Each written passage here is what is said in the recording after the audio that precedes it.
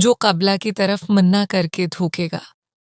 क़यामत के दिन वो थोक उसकी आंखों के दरमियान मिला हुआ होगा। खाने के दौरान ज़्यादा पानी पीने से नाखून कमज़ोर हो जाते हैं। वबा के दिनों में दरूद शरीफ पढ़ने वाला वबा से महफूज रहता है।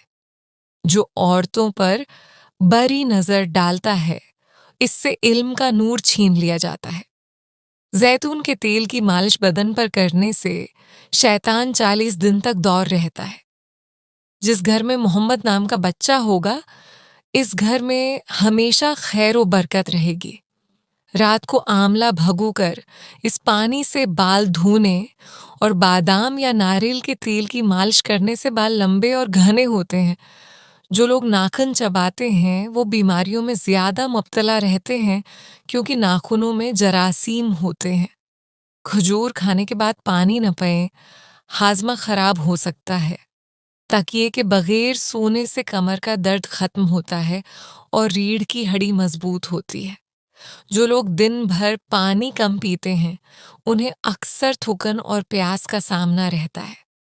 सुबह का आगाज जल्दी करने वाला इंसान अपने दिन के काम बेहतर अंदाज में तरतीब दे सकता है।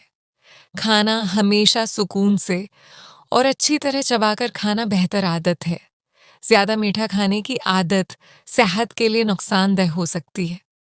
सब्जियां और फल रोज़मर्रा खुराक का हिस्सा बनाना सेहतमंद आदत है। जो शख्स हर बात का जवाब गुस्से से देता है, वो अक्सर अपने ही सुकून को नुकसान पहुंचाता है। इंसान की असल खूबसूरती उसके चेहरे में नहीं, इसके किरदार में होती है। किसी की इज्जत करना ऐसी दौलत है जो इंसान को दूसरों के दिलों में जगह देती है। जो शख्स अपनी ख्वाहिशात पर काबू रखना सीख ले, वो बहुत सी परेशानियों से बच जाता है। और याद रखो, हर वो चीज़ जो तुम्हें फ़ौरन खुश करे, ज़रूरी नहीं कि वो तुम्हारे लिए अच्छी भी हो।